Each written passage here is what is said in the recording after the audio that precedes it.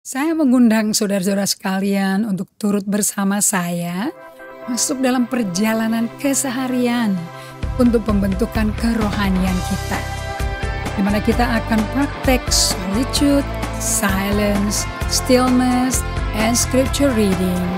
Dan satu hari per minggu kita dedicate untuk bersama Tuhan. Dengan itu kita membangun ritme hidup yang baru. Hai everybody, apa kabar semuanya? Happy gathering. Hari ini kita waktunya berbeda ya, karena ada situasi tertentu. So kita live streaming dengan jam yang baru. Tapi nggak setiap kali seperti ini lagi, tapi kita kembali jam 5. So saya mau terima kasih sekali untuk teman-teman yang sudah menanti. Saya bisa nonton Anda di dalam Facebook juga. So I would like to say hi kepada teman-teman yang sudah menanti. Linda dari Labuan Bajo, Uti, Ibu Diana Van Bak. Terima kasih untuk Bu Jane Carol dari Banyuwangi yang sudah siap belajar. Gabriel Dion, selamat sore Gabriel. Gabriel dari kota mana? And thank you untuk Lina Ferawati Onang sudah bergabung dari Cimahi. Terima kasih untuk menjadi murid Bible Alkitab Tuhan ya. Terima kasih Mario Sunarko dari Ambon, apa kabar? Senang sekali bisa bergabung kembali. Thank you untuk Eva Tingan. Salam kenal Eva Tingan, dari kota mana Eva? And do we have here Ibu Feni? Dan juga kawan kami dari Papua, Ibu John Carol Tangku. Thank you so much sudah memberi semangat, siap belajar juga. Ibu Cinghana, Sarah, Priscilla dari Temanggung, Shalom. Irentan dari Phoenix, Arizona. Hai Dr. Fifki, apa kabar? Bagaimana nih dalam kondisi COVID Omicron lagi meningkat nih? Sehat-sehat ya, salam ke suaminya, salam ke anak, cucu udah berapa? Senang berkumpul dengan teman lama. Thank you untuk Ibu Judith Manalu juga yang sudah bergabung, mau belajar firman. Kartika Weng, how are you doing? Healthy ya? And beautiful as ever. Terima kasih untuk Pak Gandhi Palar. Wes seko Klaten ya Pak. Luar biasa ada di Klaten. Ibu Ratna Yulianawati senang bisa bergabung.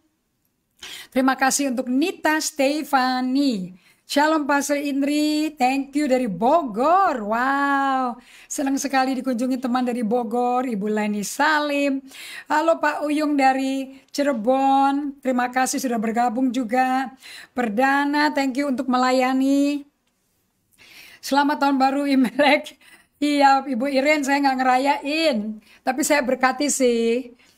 Cucu-cucu diberkati dengan angpau. Pak Suranto, thank you sudah bergabung. Ibu Esti, senang sekali sudah bergabung juga untuk pembelajaran hari ini. Thank you. And who do we have here? Jolly, Cikolam Lomboan dari Timika. Thank you ya, udah setia belajar. And terima kasih juga untuk Uti Gesta Emto Emax dari Yogyakarta. Interesting name, namanya keren banget. Sudah siap nih ikut pembelajaran, bagus. Cindy Wijaya juga siap belajar, saya senang ada murid-murid Alkitab. Happy Thursday to you too. Vini Amanupunjo, shalom, salam kenal. Dari Jakarta juga. Salam kenal ya, Jayanto Rudi. Thank you for joining untuk Bible Study hari ini. Haryanto Wito Atmojo. Kungsi. Okay, thank you. And Pak Akun, thank you for serving Pak Akun. Yes, Ibu Jane. Apa kabar Bu Jane? Semua baik-baik ya, sehat ya. Terima kasih Ibu Maya Wing. Ibu Nelly Nelly Irene. Thank you, Diana Lim from Atlanta, Georgia. Wow, the Bible Belt City. Thank you for joining. What time is it there in Atlanta? Pak Audi Waturandang, shalom dari Manado. Shalom, terima kasih bergabung. Terima kasih juga Ibu Niken Susanti dari Bekasi. Meliana dari Palembang. Terima kasih loh Palembang setia untuk turut belajar. Pak Gabriel dari Cibubur. Oh wow. Sekarang dalam Omikron Cibubur jadi enak ya. Mesti lewat Zoom. Mesti lewat Facebook, YouTube. Thank you so much. Who do we have here now? Ibu Sylvie Karawan, apa kabar? Cynthia Sondak juga apa kabar dari Mandolang, Manado. Ibu Dino Herda Wahani, thank you. Thank you juga untuk Karya Bangun Citra Sarana. Wow, perusahaannya arsitek ya? Apa kontraktor nih? Luar biasa. Susi Berliana Kristiani, Manalo. Dari Jambi, wow. Kenal sama Pak Antos, maybe your family. Lucinda Kawatak dari Manado, wow. Terima kasih loh udah pada bergabung mau belajar Alkitab. Maria Merlin apa kabar? How's your drumming going? Ibu Vini Amanupunjo dari Belanda, oh wow. Thank you so much for always joining Bible study juga. Thank you, ada yang dari Kupang. Thank you. Erikson Togatoro bergabung kembali. Dari Surabaya, Teresa Halim. Thank you so much. But we have a lot to cover. Banyak pelajaran yang kita mesti cover. I hope Anda bisa siap dengan catatan-catatan Anda. Setiap hari ini kita akan belajar yang banyak mengenai bagaimana bermazmur seperti Daud. And what is the reason kita bermazmur? Kita doa ya bersama-sama ya untuk persiapkan diri dengan Alkitab, dengan catatannya, because Bible study mesti ada catatan. Kita doa. Terima kasih untuk kasih setiamu, kebaikanmu. Thank you Lord for your goodness. Kami bersyukur hari ini kami bisa duduk tenang, berdiam di kakimu, untuk mendengar kau bersuara, secara langsung satu persatu kepada setiap teman-teman kami dari Amerika, Belanda, Sumatera, sampai Papua. Kami percaya tidak ada satu nama yang muncul ini yang tidak diperhatikan Tuhan. Saat ini pun kau memperhatikan. Terima kasih Roh Kudus, guru yang ajaib, guru yang setia, pembimbing kami. Terima kasih untuk menolong kami. Aku minta di dalam nama Yesus Kristus, kau bersiap untuk menemani kami dan berikan pencerahan pengertian. Karena firman yang kami ngerti, firman itu memerdekakan kami. Di dalam nama Yesus Kristus Tuhan kami berdoa mengucap syukur. Amin. Oke, kita masuk di dalam seri duka cita dan kehilangan adalah bagian pemuritan Yesus Kristus. Isn't that amazing?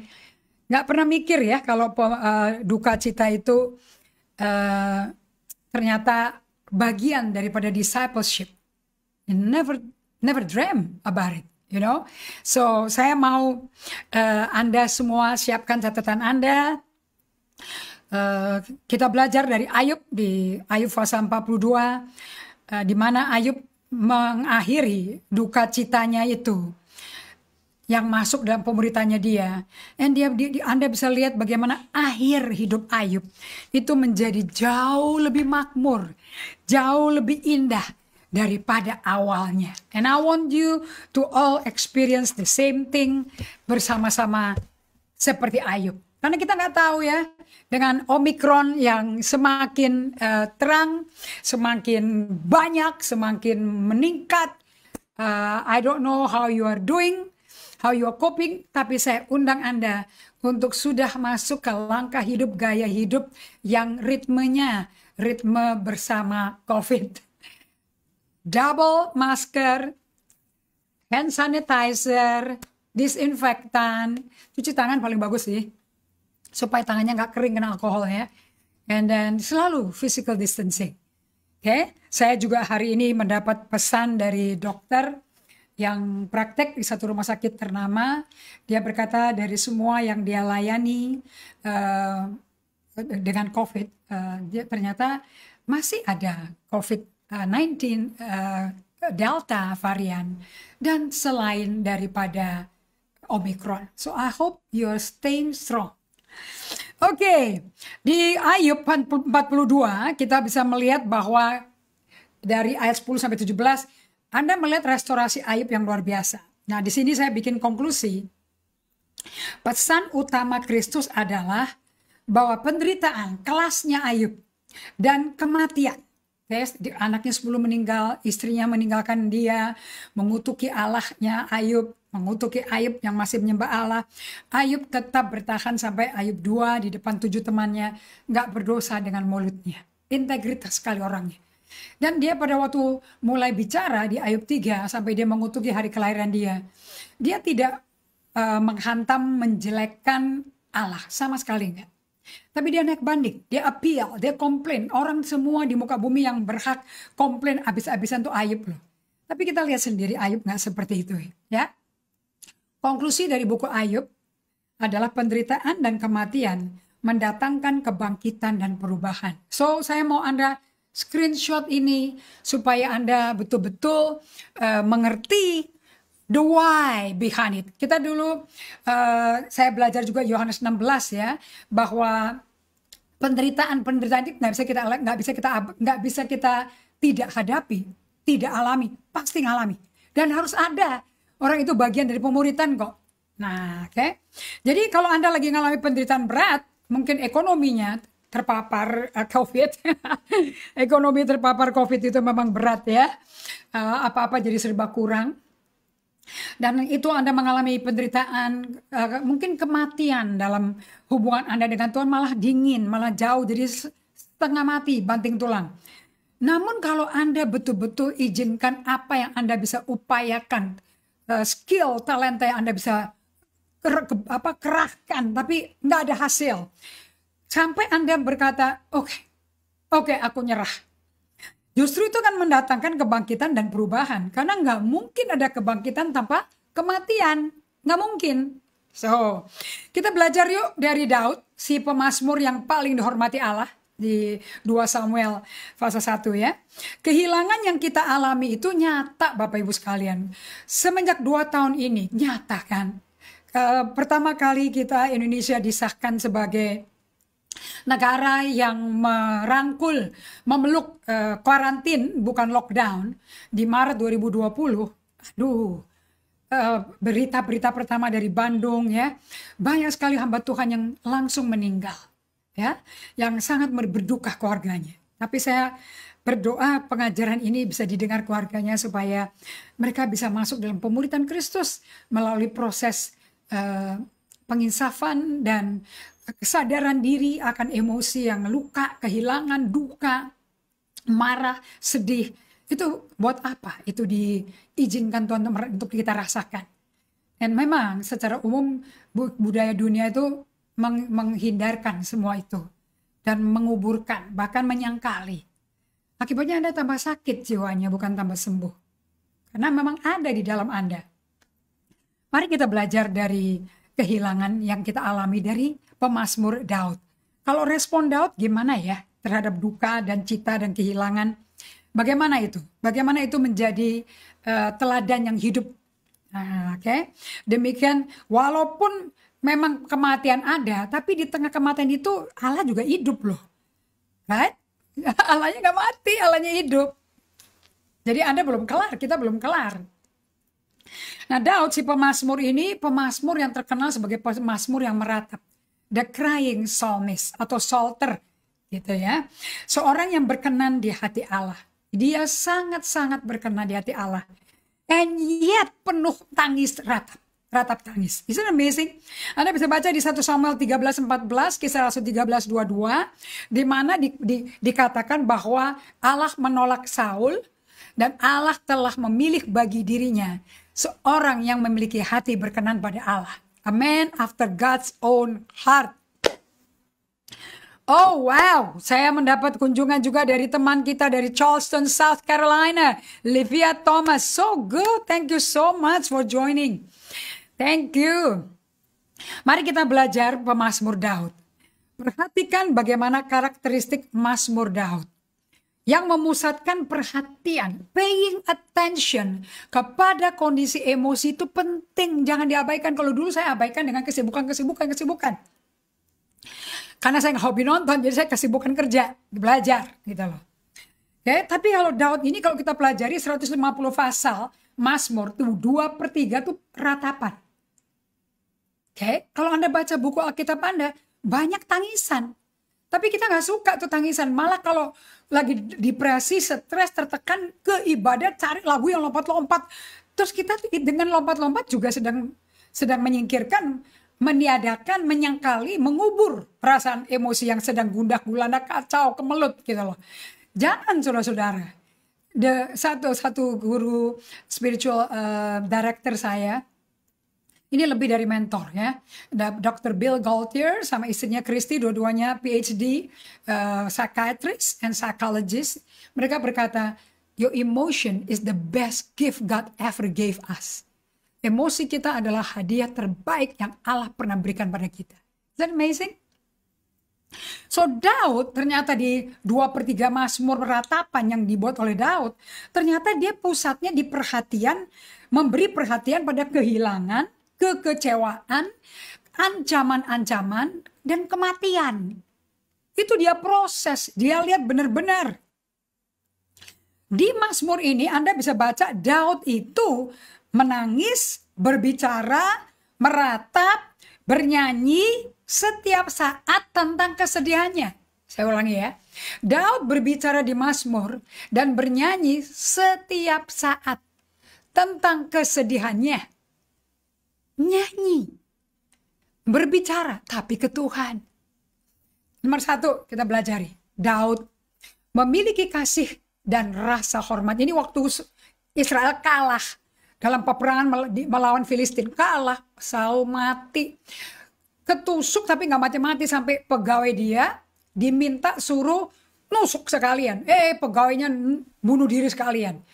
Tapi pada waktu ada orang nyampein ke Daud, orang itu berkata, aku yang bunuh Saul, dia dibunuh. Daud udah gak bisa mengusik orang diurapi Tuhan, pasti mati, gak mungkin enggak. Namun setelah kalah dalam peperangan, Israel kalah terhadap Filistin, Yonatan sahabatnya Daud, putranya Saul mati juga. Wow, Daud meratap. Dan dia mengundang semua rakyat satu negara, disuruh meratap, diajarin meratap. Ini sama kayak waktu Amerika kena 9/11 ya. A nation in trauma. A nation in fear, in depression, in stress, in grief and loss. Daud memiliki kasih dan rasa hormat yang begitu dalam pada Raja Saul. Walaupun Saul merasa terancam oleh popularitas si Daud, waktu rakyat bernyanyi, Daud membunuh berpuluh-puluh ribu, Saul cuma beribu-ribu. Dan Saul 12 tahun mencoba terus membunuh si Daud. 12 years buron bagi Saul. Gara-gara iri. Kenapa kok iri? Karena Saul, kalau Anda baca 1 Samuel 15, Saul itu mendapat kekuatan kalau didukung rakyat. Makanya dia mau bertobat, dia minta Samuel temenin dia, ketemu tua-tuanya dan rakyatnya. Disuruh urapi, doakan si Saul di depan rakyat supaya tetap dapat hormat rakyat.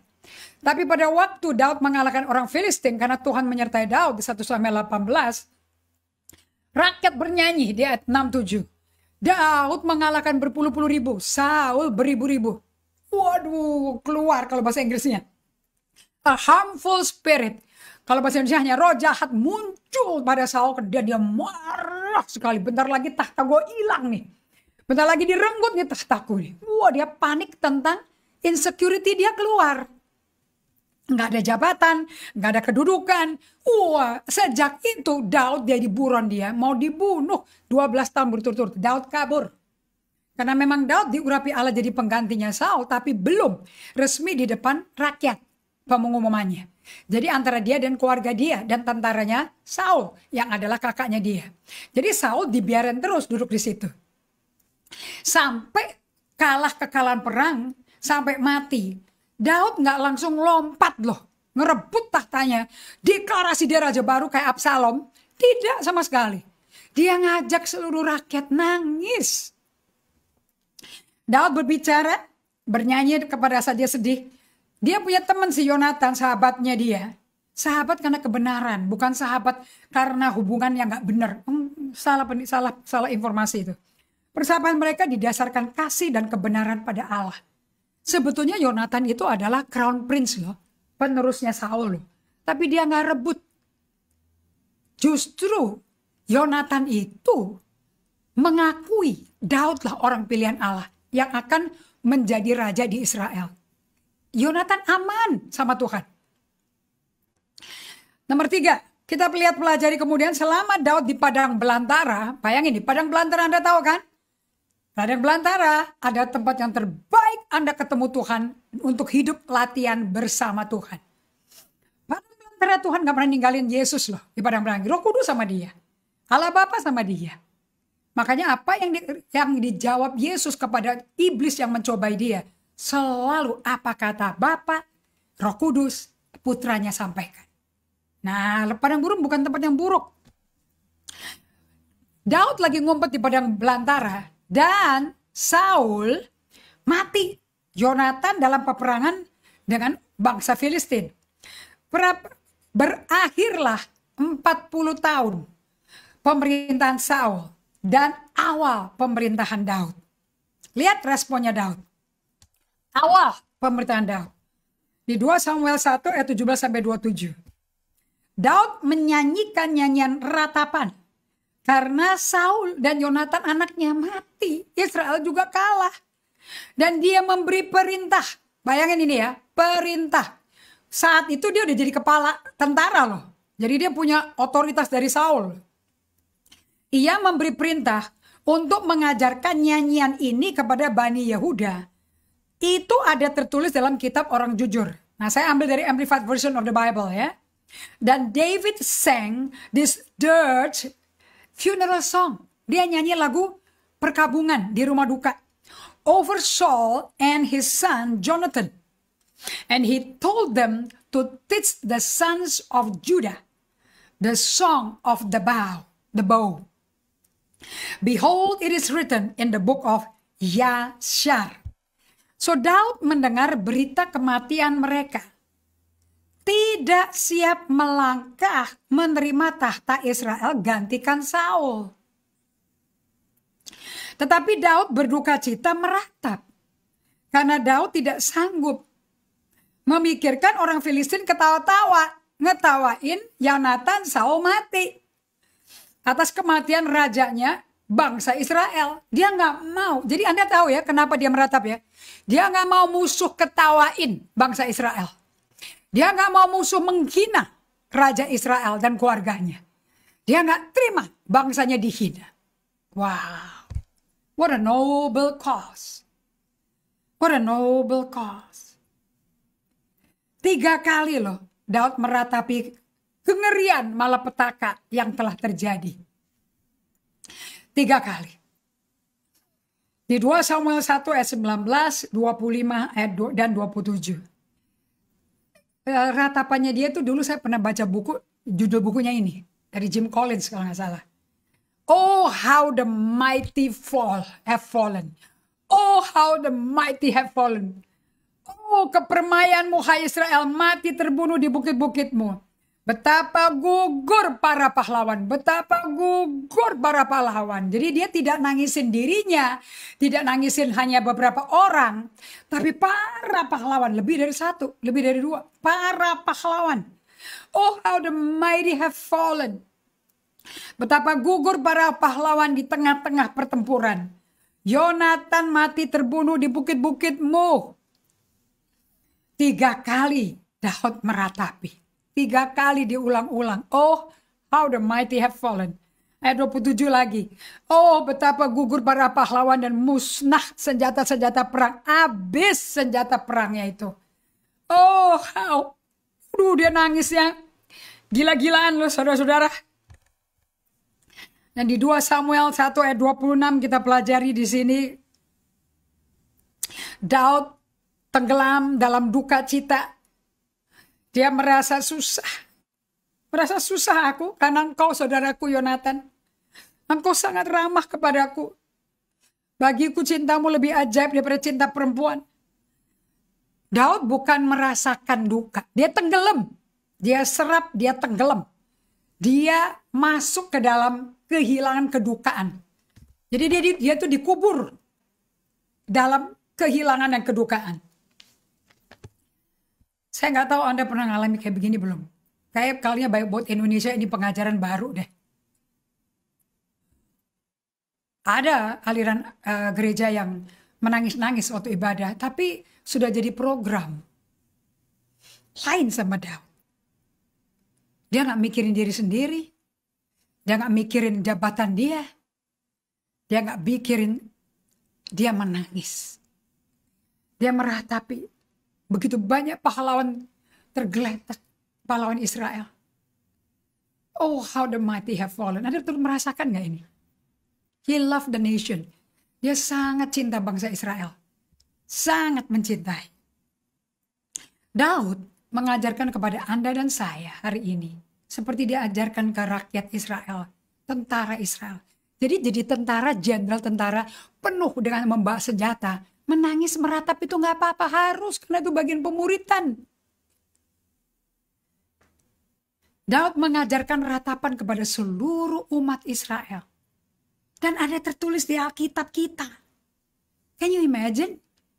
Anda bisa bayangin nggak? Tentara-tentara, rakyat menangis. Satu negara. Di depan jenazah-jenazah yang bergeletakan tuh. Di 2 Samuel 1 ayat 24 firman berkata seperti ini. Hai anak-anak perempuan Israel, menangislah karena Saul yang mendandani kamu dengan pakaian mewah dari kain kirmisi, yang menyematkan perhiasan emas pada pakaianmu. Nangis dong, udah didandanin, dilayani dengan baik. Nangis sih dia. Kedukaan ini dan kehilangan dihidupi loh dalam satu bangsa. Wow. Ini baru buat saya. Dimana, karena dia raja sih ya, calon raja, jadi bisa begini. Tapi di negara-negara yang gak seperti ini, kepala keluarga, gembala-gembala gereja lakukan ini. Kasih perintah ke jemaat. Mari kita meratap. Ini ada di Alkitab. Kita gak bisa berkata, aku beruntung loh, aku gak terpapar COVID. Oh no. Justru kita mesti meratapi yang terpapar. Bro, percuma doa keras-keras. Di dalam nama Yesus sembuh. Percuma. Merataplah. Itu mengundang Allah datang. Saya baru khotbah. Bagaimana Paulus itu, Rasul Paulus bertambah kuat di tengah kelemahan dia. Anda renungkan ya di 2 Korintus 12 ya. Minggu lalu saya udah bagikan kalau nggak salah. Ayat 9 dan 10. Tapi dari The Message Bible. Anda boleh baca dari ayat 8 sampai 10. Wonderful. The gift of handicap. Luar biasa. Kedukaan dan kehilangan dihidupi dalam satu bangsa. Powerful. Mereka mencurahkan kesedihan dengan air mata. Karena kehilangan besar yang kini dialami Israel. Kali itu Israel ngalami. Wow, isn't it amazing? Belum pernah terjadi. Begitu besar kedukaannya, kehilangan rakyatnya, pahlawannya dengan senjatanya habis, hancur. Saul juga mati. Yonatan juga meninggal. Daud tahu loh, sesuatu yang berharga di Israel telah pergi dan tidak akan pernah kembali. Wow. Saya ulangi lihat, Daud tahu sesuatu yang berharga di Israel telah pergi dan tidak akan pernah kembali. Daud itu ingin agar seluruh bangsa Israel mempelajari, menghafalkan, menyanyikan ratapan sebagai pengalaman pribadi mereka. Isn't that amazing? Daud itu menggembalakan loh. Dia bukan hanya raja yang jago perang. Suami yang banyak istrinya dan banyak anaknya, dan anaknya semua berontak menyerang dia sendiri. Tapi Daud itu ingin agar seluruh bangsa Israel belajar dong, kamu meratap, menangis, pelajari yuk, hafalkan yuk, nyanyian lagu di rumah perkabungan. Yuk menyanyikan ratapan yuk sebagai pengalaman hidupmu. Ini yang menghasilkan empati, belas kasihan, itu buah roh kan ya saudara-saudara. Coba saya tanya pada kalian semua, kapankah terakhir kalinya gereja Anda menyanyikan ratapan seperti ini dalam ibadah hari Minggu? Apakah hari Minggu harus khotbah menggelegar? Atau hari Minggu bisa menjadi waktu untuk meratap, menangis, menjerit? Paulus berkata di 2 Korintus 12 di Message Bible, aduh, aku baru tahu kalau duri itu dari utusan iblis itu yang terus menyiksa aku ternyata menekan aku ke lututku sampai aku berdoa kepada Allah. Aduh, aku bersyukur. Makanya dia bilang aku bermegah pada kekuranganku, pada kelemahanku. Pada saat aku lemah, aku kuat. Kasih setia Tuhan, kasih karunia Tuhan sempurna. Kenapa? Karena berdoa. Karena berlutut. Karena day by day. Apakah penderitaan yang Anda alami semenjak COVID 2020 sampai hari ini 2022 Februari, apakah membuat Anda jadi marah-marah sama Tuhan? Menjadi kepahitan? Anda yang tahu. Saya mau nolong Anda sih. Belajar meratap. Belajar menangis di hadapan Tuhan. Tuhan mampu kok. Allah begitu besar. Dia mampu dong untuk bisa melayani Anda dan menanggapi tangisan amarah Anda, sakit hatinya, gundah gulananya bisa. Karena dia besar, maha tahu, maha kuasa. Dengan ini Anda baru tahu betapa maha kuasanya Allah itu. Gitu ya. So, kapankah Anda pernah diajarkan tentang pentingnya dari duka cita dan kehilangan? Bayangin kalau kita pergi ke rumah duka. Kita menangis bersama-sama. Kita meratap bersama-sama keluarga yang ditinggal almarhum. Coba kita lakukan ini. Belajar. Karena ada di Alkitab. Kapan terakhir kalinya gembala gereja mengkhotbahkan berduka cita dan meratap? Kapan? Duka cita dan meratap jadi khotbah. Saya sudah mulai khotbah ini 2019. The Lost Art of Lamentation. Seni meratap yang terhilang dari gereja. Satu hamba Tuhan yang luar biasa, dari ateis sampai menjadi hamba Tuhan luar biasa, pewahyuannya luar biasa. Dia berkata, Amerika butuh kembali meratap. Di tengah lockdown, di tengah ekonomi, perang dunia yang akan terjadi, Amerika butuh meratap di kaki Tuhan. Ya, bertobat, tapi bertobat dalam bentuk meratap. Kapan gereja mengkhotbahkan tentang kenapa dan bagaimana Nabi Yeremia menulis bukunya yang diberi judul Ratapan? Bagaimana caranya si Nabi Yeremia memproses ini semua?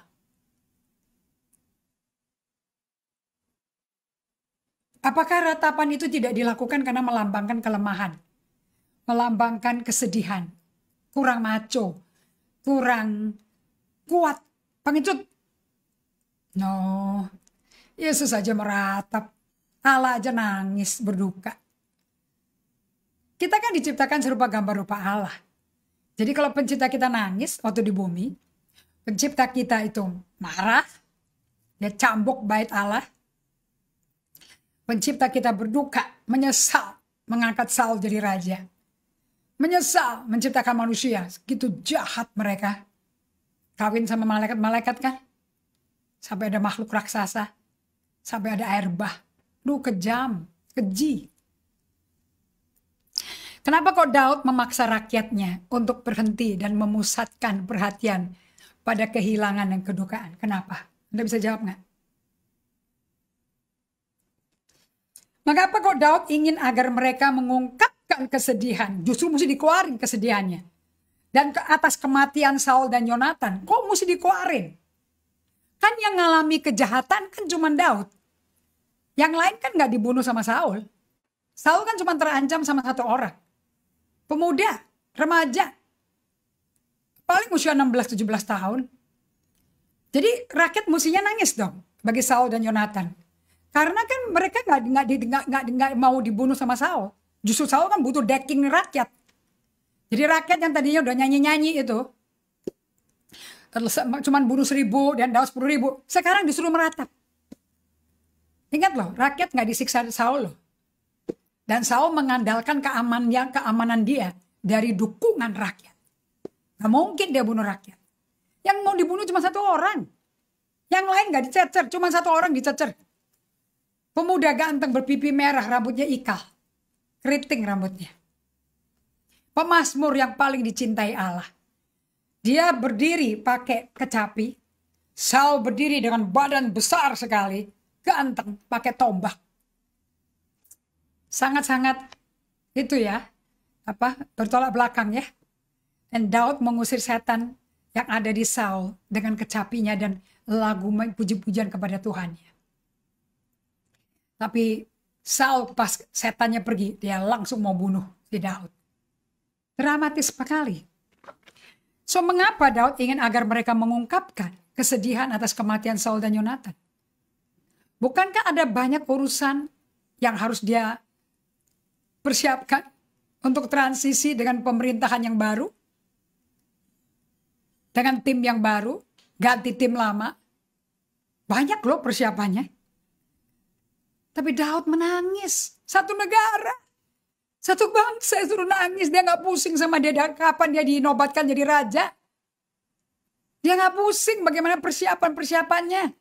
Ngatur tentaranya lagi yang udah pada mungkin 50% tergeletak. Udah mati semua. Oh, how the mighty are fallen. Sekarang dia masukin tentara-tentaranya dia sendiri. Bukankah luar biasa? Dia gak pusing. Daud memahami betapa pentingnya duka cita bagi kedewasaan rohani rakyatnya, tentaranya. Rakyatnya Daud, waktu dia jadi raja di Hebron, kemudian 3 tahun kemudian di Yerusalem, itu tentaranya sendiri. Yang dibentuk ngalami SDM development di Gua Adulam. Di mana waktu itu kakak-kakaknya yang menghina dia di depannya Goliat, ayahnya yang gak terlalu respect sama Daud, ikut kabur bersembunyi di Gua Adulam bersama Daud. Ada waktunya loh kita akan dihormati di promosi Tuhan. Gak usah takut. Pasti ada waktunya. Kalau Anda tetap setia berlutut di kaki Tuhan. Seperti Maria. Seperti Yesus di kaki Bapaknya tiap pagi. Siang, sore, petang, dan malam. Karena Yesus berkata di Matius 6. Kalau kau doa di tempat sembunyi. Allahmu yang di tempat sembunyi akan memberi upah padamu secara publik. Kalau pakai bahasa Inggrisnya. Publicly will reward you.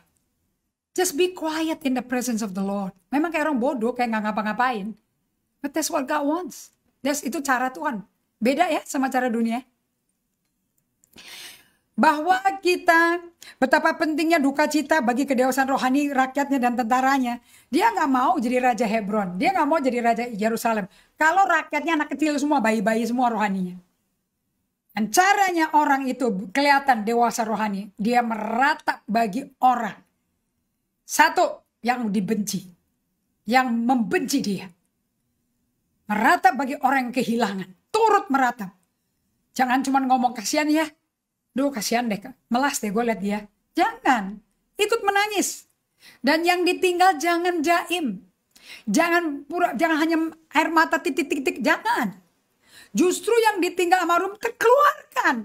Rasakan emosimu. Sehingga teman-temanmu bisa ikut merasakan. Daud tahu kok bahwa kita diperdalam dengan mengambil waktu untuk berduka cita atas kehilangan-kehilangan kita sebelum kita bisa move on, melangkah maju. Anda jangan paksa-paksa move on deh kalau jiwanya nggak mengalami pendewasaan. Again, processing your grief and loss, sad, fear, anger. Bisa anger to God, doesn't matter. Tapi jangan maki-maki teman seimanmu. Daud nggak pernah berantem loh.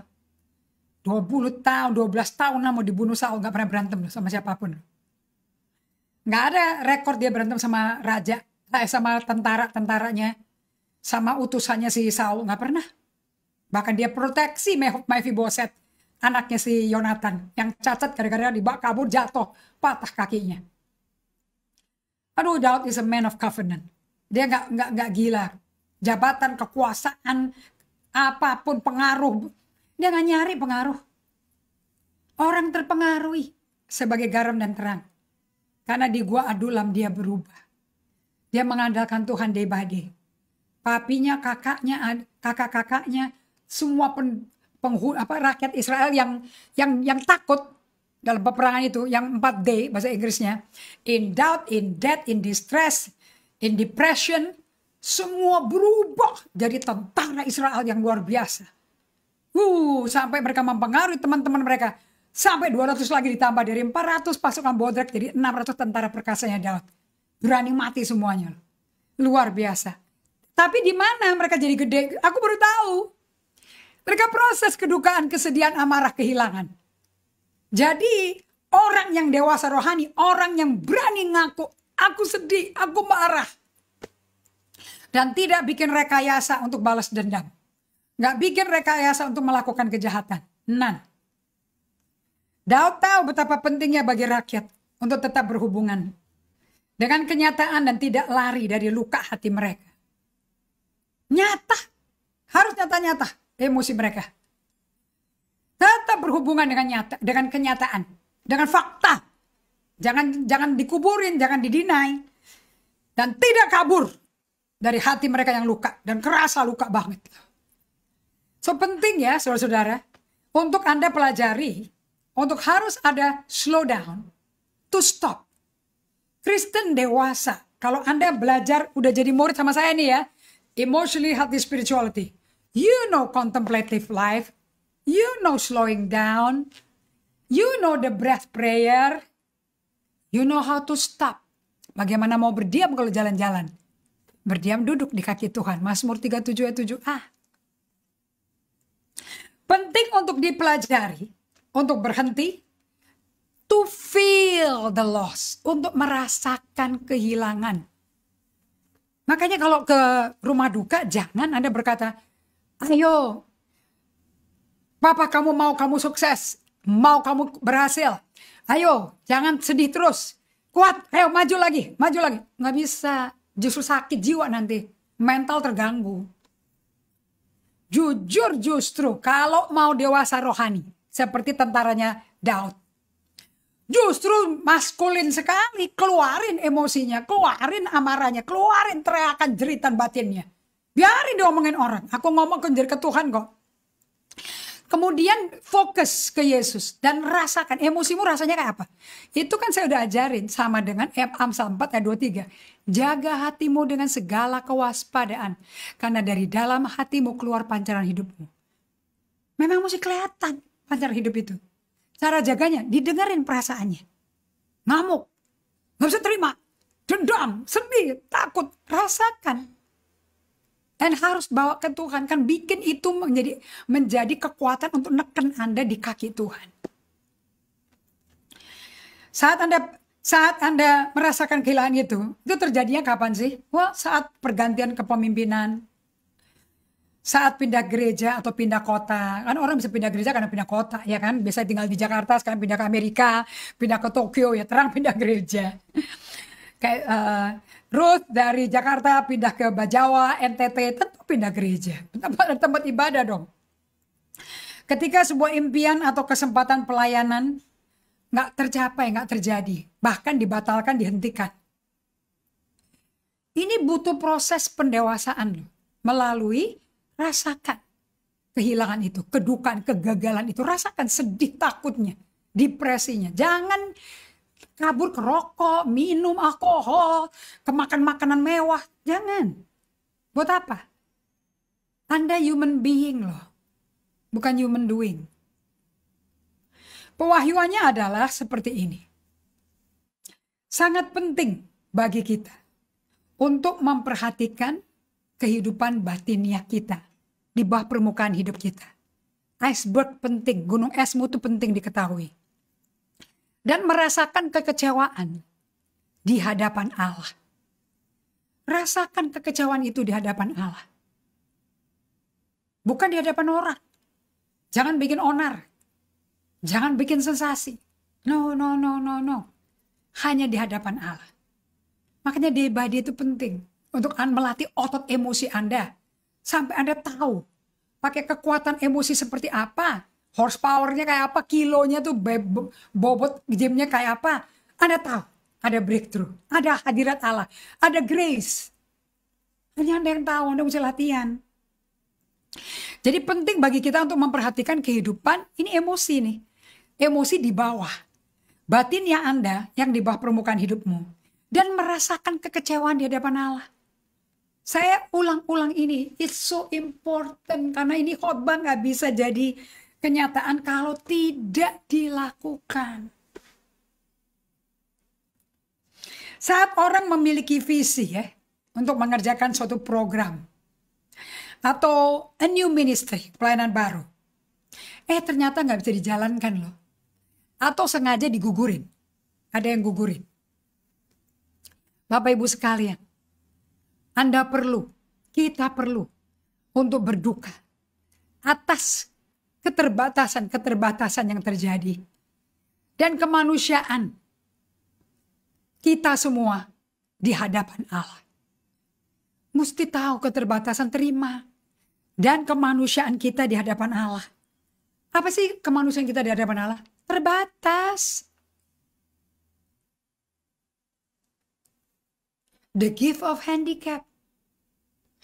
So marilah kita perhatikan kitab Mazmur ya. Anda ada kitabnya kan? Ready with the Bible. Mazmur ternyata adalah kitab yang paling terkenal. Karena banyak yang nyanyi melalui Alkitab ini.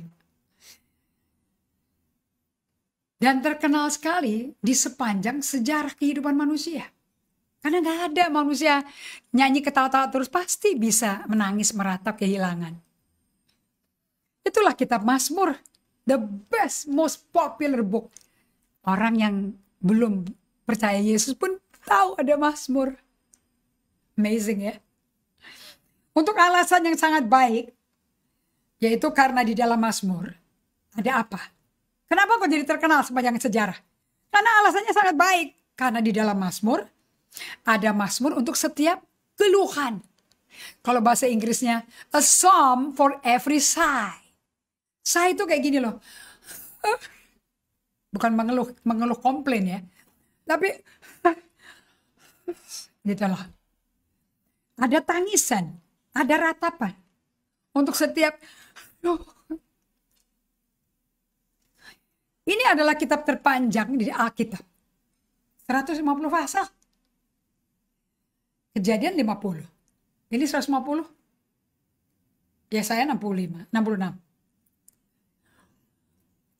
Terdiri dari apa? Mazmur penyembahan, Mazmur ucapan syukur, Mazmur hikmat, Mazmur pertobatan, Mazmur menyatakan kebimbangan. Anda tahu dong Mazmur pertobatan, Mazmur 51. Semua yang kita butuhkan untuk bisa hidup bertumbuh dewasa rohani dengan emosi sehat. Mazmur kuncinya. Memang ini disebut buku doa. Tapi ini buku pendewasaan rohani. Jadi jangan cuma menyanyi-nyanyi bermazmur.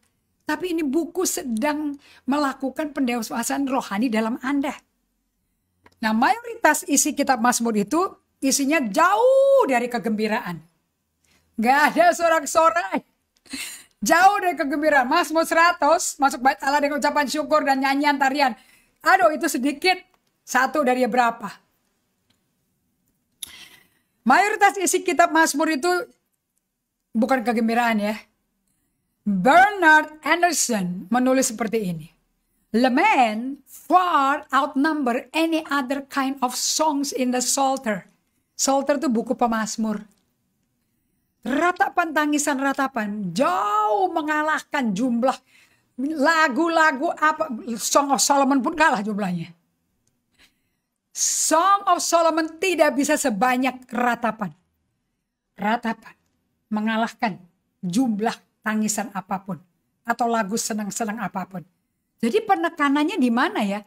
Tuhan mau Anda meratap atau lebih suka senang-senang pesta-pesta? Coba ayo menjawab yuk. Anda yang di Facebook bisa jawab tuh. Oke. Banyaknya, kenapa kok lebih banyak ratapan daripada lagu gembira? Karena itu penekanan Tuhan. Seperti tadi kedewasaan rohani hanya dapat terjadi melalui proses kedukaan dan kehilangan. Kitab ratapan-ratapan, baik di Mazmur, Yesaya, Yeskiel, Yeremia, bahkan Yeremia kan judul bukunya Ratapan. Kita ratapan-ratapan ini sebetulnya bentuk paying attention to the reality of life. Paying attention to the reality of life. Life can be hard, people. Berat kalau hard itu. Difficult, susah. Sometimes even brutal. Bahkan brutal kehidupan ini yang kita mesti hadapi dan kita lewati. Anda yang sedang melihat banyak tantangan aniaya kepada saya. How brutal my life is. Bukankah brutal hidup kita? Well, they take notice of the apparent absence of God. Rupanya mereka memperhatikan, loh, kehadiran Allah kok nggak kelihatan. They notice when circumstances to say that God is not good. Mereka memperhatikan kapan sikon-sikonnya. Sehingga mereka berkata, Allah nggak baik ya, Allah jahat. Nanti dimasukin pernyataan dari ibu-ibu yang berkata justru mengalami tekanan, penderitaan. Aku dekat sama Tuhan malah deketin kita. Karena dia gak pernah ninggalkan kita atau biarkan kita. Allah Immanuel. Seperti namanya begitulah dia. They cry out to God for comfort and care. Jadi orang-orang yang pada meratap di Mazmur, mereka pada nangis menjerit kepada Allah untuk kenyamanan dan dipedulikan Allah. Jadi Anda gak dapat kepedulian dari Allah karena marah-marah, tapi justru karena Anda menyatakan kebutuhan Anda dan perlindungan Anda oleh gereja. Nah, ratapan-ratapan tentang bergumul dengan loyalitas Allah dan kasih yang setia. Kita lihat ya, di Mazmur 42 ayat 4. Wow, ratapan ini menggambarkan loyalitas kepada Allah dan kasih yang setia kepada Allah. Mazmur 42 ayat 4. Air mataku menjadi makananku siang dan malam. Karena sepanjang hari orang berkata kepadaku, di mana Allahmu? Saya suka nih Mazmur 42 nih. Di Mazmur 43 ayat 2. Sebab engkaulah Allah tempat pengungsianku. Mengapa kok engkau membuang aku? Mengapa aku harus hidup berkabung di bawah impitan musuh? Luar biasa ya Daud ya. Sebab engkaulah Allah tempat pengungsianku. Mengapa engkau membuang aku? Mengapa engkau membuang aku? Mengapa aku harus hidup berkabung di bawah impitan musuh? Mazmur 77 ayat 9 sampai 10. Ini kan tangisan-tangisan semua lihat nih. Tapi tangisan yang menggambarkan kesetiaan pada Tuhan. Sudah lenyapkah untuk seterusnya kasih setiamu Tuhan? Udah lenyapkah untuk seterusnya kasih setiamu? Telah berakhirkah janji itu berlaku turun-temurun? Udah lupa ya Allah menaruh kasihan? Atau ditutupnya rahmat karena murkanya? Ini Daud menangis saudara-saudara semuanya. Engkau tuh Allah tempat pengungsianku loh. Kenapa kok engkau buang aku? Kenapa aku harus hidup berkabung ke himpit musuh? Mazmur 88 ayat 78. Aku suka tuh bisa nangis kayak begitu. Kadang-kadang kalau nggak keluar kata-kata, saya kutip aja langsung. Mazmur 88 ayat 7 dan 8. Telah kau taruh aku dalam liang kubur yang paling bawah. Dalam kegelapan, dalam tempat yang dalam. Aku tertekan oleh panas murkamu. Dan segala pecahan ombak kau tindihkan kepadaku. Wow, berat ya.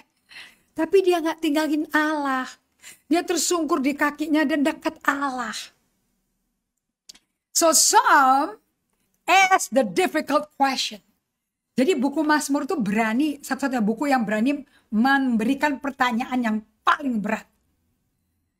Since God is good, since God is loving, why is he not doing something? Nah, bukankah ini diteriakin sama orang-orang yang stres di rumah? Perkawinan ada yang cerai, tekanan jiwa terjadi, pertengkaran dalam keluarga, salah gunakan waktu, salah gunakan uang, terjadi semua. Kenapa kok Allah yang baik dan mengasihi? Kenapa dia nggak berbuat sesuatu toh? Buat sesuatu dong Tuhan. Hentikan Omikron, hentikan Delta, hentikan COVID semuanya. Nah, kita belajar di sini bahwa dunia gereja saat ini sebetulnya lagi memasuki budaya pain denying view of grieving. The pain denying view of grieving.